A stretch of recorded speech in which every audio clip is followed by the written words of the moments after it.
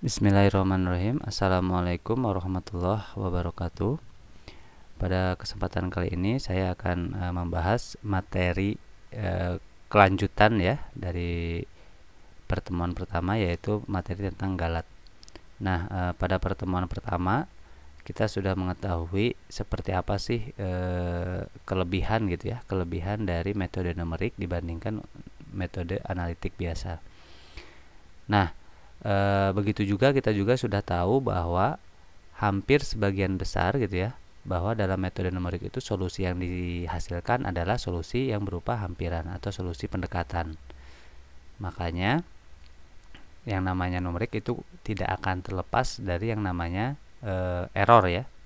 Nah, error. Jadi error itu apa? Yaitu gap antara selisih yang gap atau selisih antara solusi yang sebenarnya dengan solusi pendekatan gitu ya. Sebenarnya yang namanya error nggak menjadi aib juga ya, nggak jadi suatu sesuatu kekurangan juga, karena yang namanya error itu pasti di segala bidang pasti ada, cuman tinggal kita manajemen errornya tersebut gitu loh. Tingkat kesalahannya kita coba tekan seminimal mungkin gitu. Nah, untuk dapat melakukan itu kan kita harus tahu dulu konsep dari errornya itu seperti apa gitu ya. Jadi sebelum kita nanti belajar lebih jauh metode-metode numerik yang akan kita gunakan dalam penyelesaian masalah, kita akan pelajari terlebih dahulu error itu sendiri itu apa gitu loh ya, dan cara menghitung errornya gimana, sehingga nanti kita dapat melakukan perhitungan gitu ya sampai dengan batas error yang kita inginkan gitu loh ya, seperti itu. Baik, kita masuk ke pembahasan pertama, yaitu masuk ke definisi galat ya, galat atau error. Nah, di sini definisinya adalah selisih dari nilai hampiran terhadap nilai sebenarnya ya. Tadi ya secara sederhana sudah kita singgung tadi di awal, yaitu kalau ada selisih atau gap antara nilai hampiran, nilai pendekatan, nilai sebenarnya, itu disebutnya error. Nah, makanya rumusnya juga sederhana ya. Cukup kita kurangkan aja nilai sebenarnya dikurangi dengan nilai hampirannya. Jadi yang ini itu simbol untuk galatnya, yang A ini nilai sejati, yang ini adalah nilai hampiran. Jelas ya. Nah, contohnya ya ini gampang. Misalkan kita melakukan suatu perhitungan dan mendapatkan nilainya itu 10,5 gitu ya. Padahal solusi sejatinya adalah 10,45. Maka kita bisa katakan galat dari hasil perhitungan kita adalah 10,45 dikurangi 10,5, yaitu 0,05 negatif. Jelas ya. Baik, kita masuk ke jenis galat. Jenis galat di sini ada 3. Yang pertama ada galat mutlak, galat relatif, dan galat relatif hampiran. Gitu ya. Yang pertama adalah galat mutlak. Apa itu galat mutlak? Galat mutlak didefinisikan sebagai galat yang tidak mempertimbangkan tanda positif atau negatif. Jadi kalau rumusannya sama, cuman dia nggak memperhatikan nih positif negatif. Yang jelas kalau dia melenceng dari nilai sebenarnya itu disebutnya galat mutlak. Gitu ya. Mau dia lebih besar atau lebih kecil itu galat mutlak. Makanya rumusnya ya sama aja ya. Tinggal A dikurangi A atau P gitu ya. Cuman kita kasih tanda mutlak. Berikutnya galat relatif. Nah, sebelum kita masuk ke galat relatif itu apa, kita coba perhatikan ilustrasinya terlebih dahulu. Misalkan dalam suatu praktek pengukuran nih, anak itu mengukur suatu panjang kawat, di mana panjang kawat sebenarnya itu 100 cm. Ternyata hasil pengukuran anaknya itu adalah berapa? 99 cm gitu ya. Nah, di sini si anak melakukan kesalahan atau error gitu ya. Karena seharusnya kalau hasil sebenarnya apa? 100. Errornya berdasarkan rumus yang tadi adalah apa? 100 dikurangi 99 berapa? 1 cm. Jadi error pengukuran pada yang pengukuran panjang kawat ini berapa? 1 cm. Di sisi lain ya gitu ya, ada anak yang melakukan pengukuran tapi bukan pada kawat tapi panjang pensil gitu ya. Panjang pensil sebenarnya itu 10 cm, tapi yang diukur hasil pengukurannya berapa? 9 cm gitu. Nah, ini juga sama, benar nggak? Ini sama, yaitu errornya 1 cm. Kalau kita bandingkan anak yang mengukur kawat dan mengukur pensil itu sama-sama melakukan error 1 cm. Ya kan? Kesalahannya 1 cm lah gitu. Nah, kira-kira lebih berarti mana? 1 cm terhadap si kawat atau 1 cm terhadap panjang pensil? Betul, sepakat saya ya. 1 cm kalau dibandingkan dengan 100 cm kawat itu nggak ada artinya gitu ya, hampir kecil sekali gitu loh. Sedangkan 1 cm dibandingkan dengan 10 cm yang ada di sini itu cukup lumayan besar ya, hampir 1/10. Bandingkan 1/10 dikali 1% itu 10% errornya, sedangkan kalau di sini cuma 1% errornya ya. Maka kita bisa simpulkan galatnya itu sama 1 cm, akan tetapi galat pada panjang pensil itu lebih berarti karena errornya itu 10% ya, ya kan, 10%. 10% error itu udah lumayan besar gitu ya, gitu, dari galat pada panjang kawat. Jadi kalau dalam statistika kan nanti kalau kalian melakukan penelitian gitu ya, biasanya kan ada signifikan ya, signifikan errornya gitu kan ya. Itu 5%, 2,5 itu sebenarnya tingkat errornya juga kan, error dalam penelitiannya gitu maksudnya. Jadi ya seperti tadi ya, kita bandingkan dengan ukuran sebenarnya. Jadi 1 cm pada pengukuran pensil ini dikatakan lebih berarti dibandingkan dengan 100 dibandingkan dengan 1 cm error pada pengukuran kawat. Nah, dari ilustrasi tadi kita bisa katakan bahwa galat relatif atau bisa juga dikatakan galat relatif sejati itu merupakan galat yang dinormalkan terhadap nilai sejatinya atau nilai sebenarnya ya. Nilai sejati itu nilai sebenarnya. Jadi ya tinggal error relatif, error gitu ya. Itu error dibagi dengan AA itu nilai sebenarnya. Gitu ya. Kalau mau dalam persentase ya tinggal kita kali dengan 100%. Gitu ya. Gampang. Jadi tinggal kita errornya berapa dibagi dengan nilai sebenarnya. Nah, pada kenyataannya kita kan sering kali tidak tahu nih, namanya juga kita melakukan pendekatan, kita nggak tahu dong nilai sebenarnya gitu kan ya, kita belum tahu nilai sebenarnya itu seperti apa. Nah, makanya muncul deh ide apa, galat relatif hampiran ya. Jadi galat relatif hampiran itu adalah galat yang dinormalkan terhadap nilai hampirannya gitu ya. Nah, nanti yang kita akan sering gunakan dalam metode numerik yang nanti kita akan bahas yaitu galat relatif hampiran ini yang akan kita pakai ya, karena diasumsikan kita nggak tahu nih nilai sebenarnya itu berapa gitu loh. Nah, caranya gimana ya, ini sama ya. Jadi kalau galat relatif hampiran pembandingnya aja ya, dia dibandingkan dengan apa, nilai hampirannya. Contoh misalkan kita punya hasil pengukuran nilai sejatinya itu 10/3 dan nilai hampirannya itu 3,333 gitu ya. Ini nilai sebenarnya 10/3, kita dapat nilai kita hampiri dengan nilai 3,33 hasil pembulatan atau apalah ya kan, sama. Hitunglah galat mutlak, galat sejati, galat relatif dan galat relatif hampiran. Oke, untuk menghitung galat saya rasa bisa ya.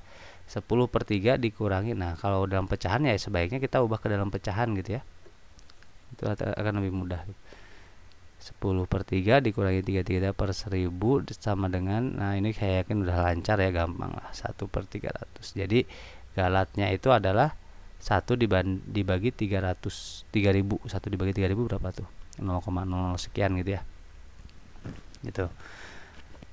Sedangkan galat mutlak ya tinggal ini kita mutlakkan. Nah, gampang. Galat relatif. Nih, galat relatif ya tinggal galatnya tadi 1/3000 dibagi dengan nilai sejatinya yaitu 10/3.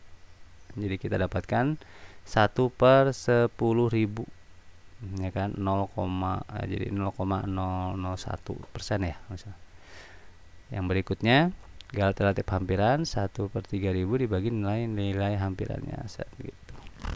Ya, ini nanti kalau mau pakai desimal ya tinggal pakai kalkulator. Jadi nanti dalam numerik diperbolehkan ya menggunakan alat hitung, mau menggunakan komputer silahkan gitu ya, mau pakai Microsoft Excel juga silahkan.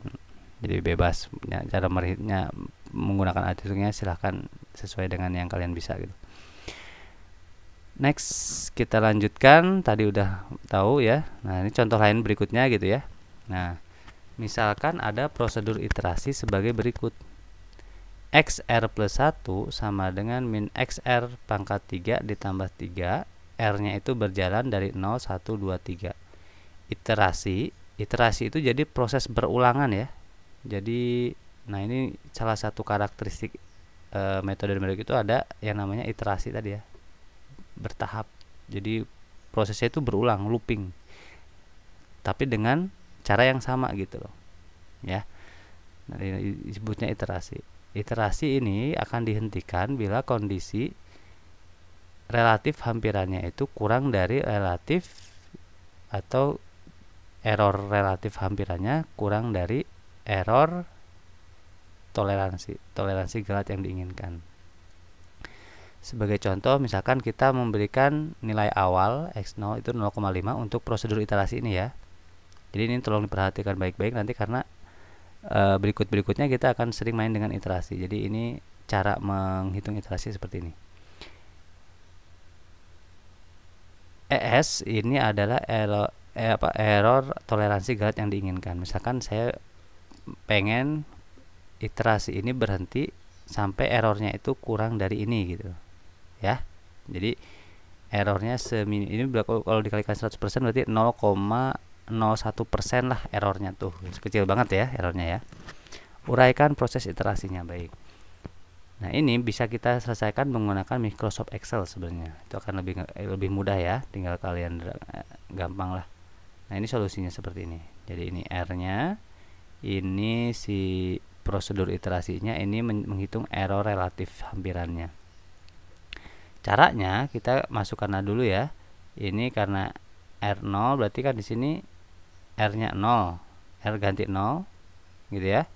Maka akan didapat bentuk rumusnya itu X1 sama dengan negatif dari X0 pangkat 3 plus 3 dibagi 6 gitu ya. Maka ini tinggal dihitung gitu kan.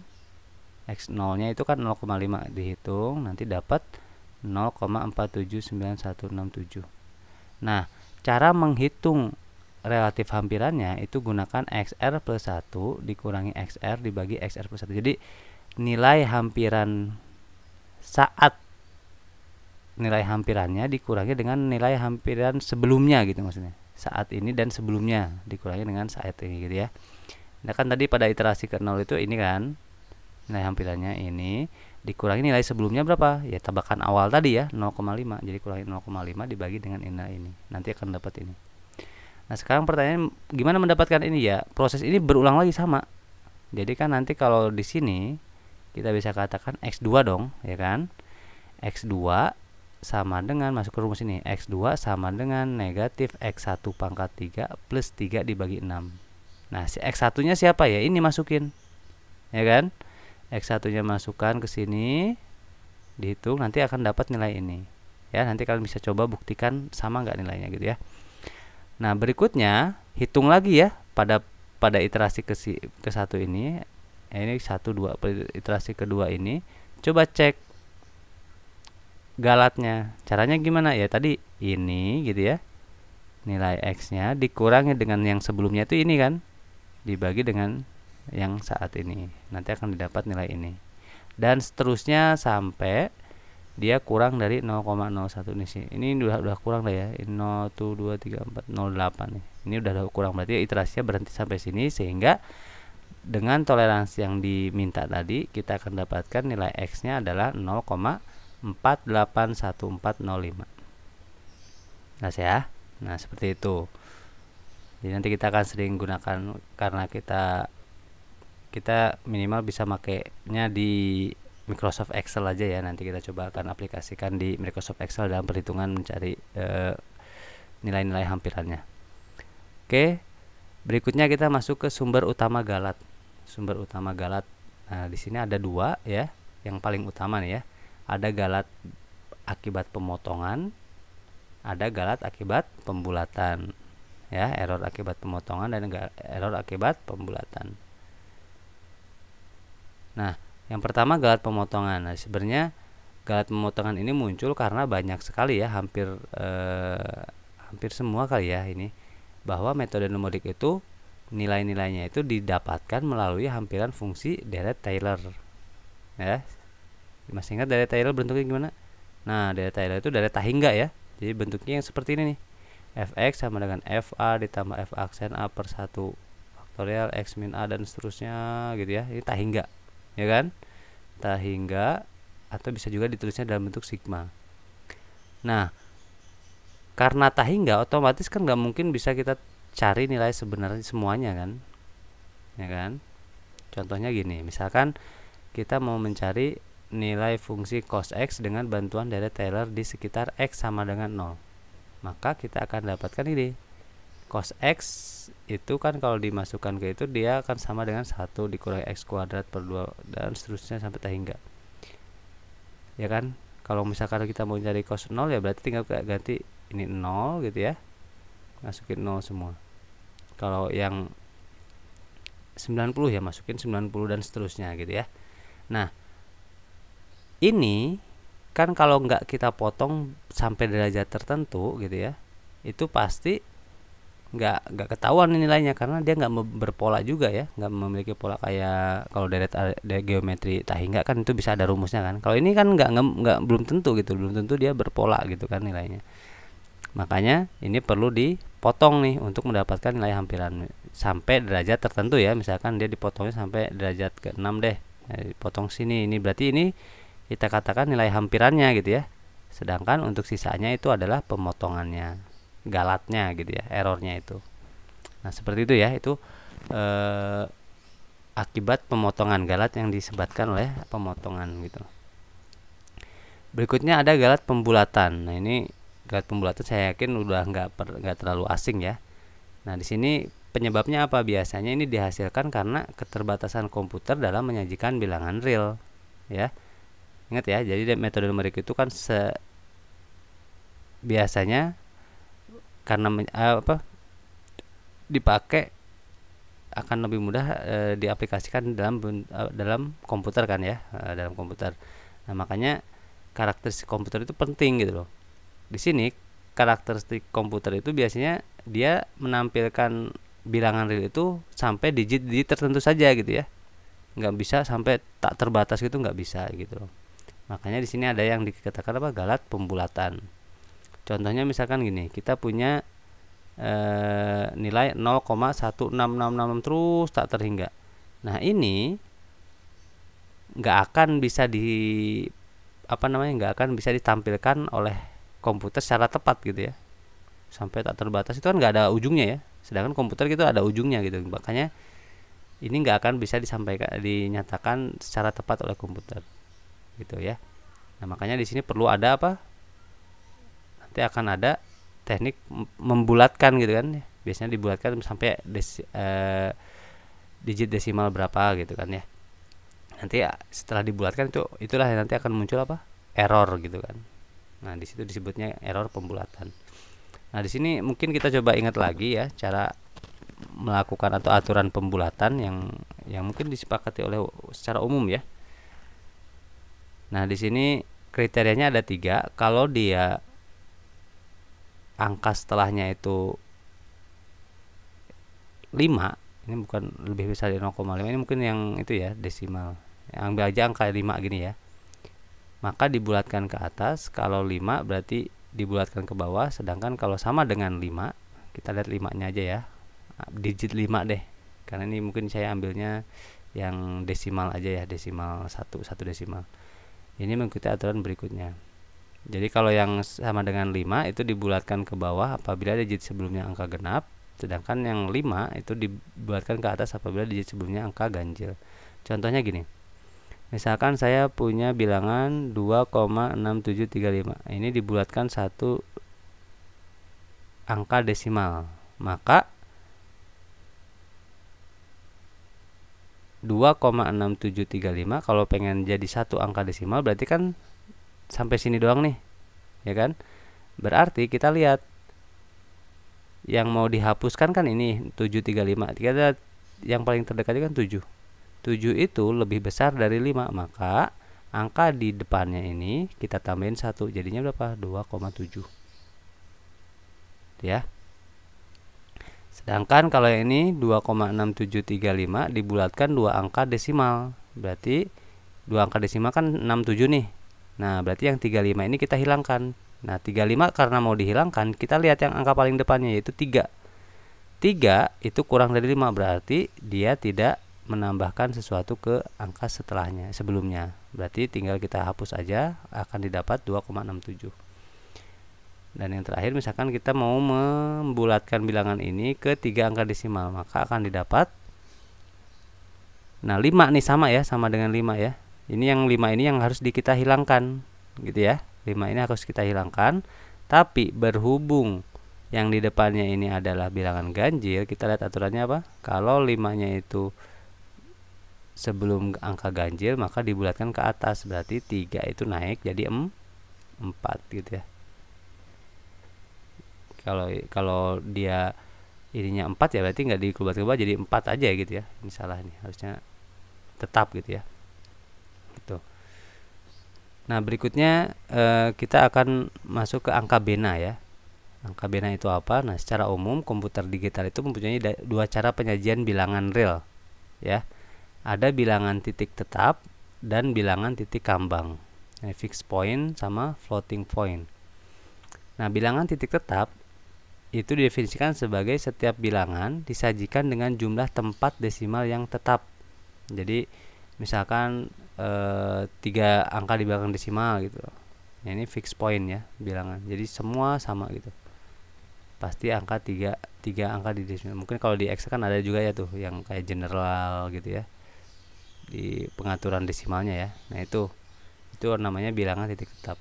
Ada juga bilangan titik kambang. Jadi setiap bilangan disajikan dengan jumlah digit berarti yang sudah tetap. Digit berarti yang sudah tetap. Contohnya misalkan 0,6123 dikali 10 pangkat 3. Nah, ini penulisan bilangan titik kambang. Jadi yang angka-angka yang berarti aja yang dituliskan gitu ya. Ini juga 0,1720 kali 10 pangkat min 3. Atau bisa juga penulisannya seperti ini. Mungkin kalian pernah lihat ya di kalkulator apa. Jadi 0,6123 plus 103 itu artinya seperti ini. Yang atas, yang ini artinya gitu. Ya, jadi itu artinya ini. Nah, sekarang tadi ada istilah baru yaitu digit berarti. Nah, dalam format bilangan titik kambang itu disebut juga angka bena. Jadi digit berarti itu disebut angka bena. Apa itu angka bena? Yaitu angka bermakna, angka penting, atau angka yang dapat digunakan dengan pasti. Contohnya misalkan 43215 ini memiliki 5 angka bena. Ini angka-angka yang berarti ya. Siapa aja? 4, 3, 2, 1, 5 itu angka yang berarti. Kalau 1,050, nah ini juga sama, 4 semuanya angka berarti. 1050. Kalau 0,001240 ini cuman ada 4 angka berartinya. Itu apa? 1, 2, 4 dan 0. Sedangkan angka 0 di depan ini tidak berarti ya. Yang berarti itu cuma 1, 2, 4, 0. Sedangkan kalau yang ini 0,00 memiliki 3 angka bena yaitu 301 memiliki 3 angka bena. Ya, yaitu 301. Jadi patokannya adalah kalau sebelum angka selain 0 itu ada angka 0 ya. Angka selain 0 gitu ya, angka selain 0 sebelumnya itu ada angka 0, berarti angka 0 sebelumnya itu tidak berarti. Tapi angka 0 yang sebelumnya ada angka tak 0 berarti dia berarti gitu ya. Ya kan? Jadi angka 0 yang sebelumnya itu ada angka tak 0 berarti berarti. Tapi angka 0 yang sebelumnya tidak ada angka tak 0 ya, nggak ada kan angka tak 0-nya. Nah, berarti itu tidak berarti. Gitu ya, itu aturan untuk angka bena. Nah, ini mungkin nanti bisa juga kepake dalam menentukan digit bilangan yang perlu ditampilkan gitu ya. Oke, mungkin itu ya yang dapat disampaikan pada kesempatan kali ini. Nah, next pada pertemuan berikutnya kita akan belajar mengenai metode pencarian akar ya. Nah, itu. Nah, silahkan bisa dipersiapkan dulu materinya. Baik, terima kasih mungkin ya, yang sekian yang dapat saya sampaikan. Terima kasih atas perhatiannya. Apabila ada pertanyaan, silahkan kita diskusikan di grup yang sudah disediakan. Terima kasih. Assalamualaikum warahmatullahi wabarakatuh.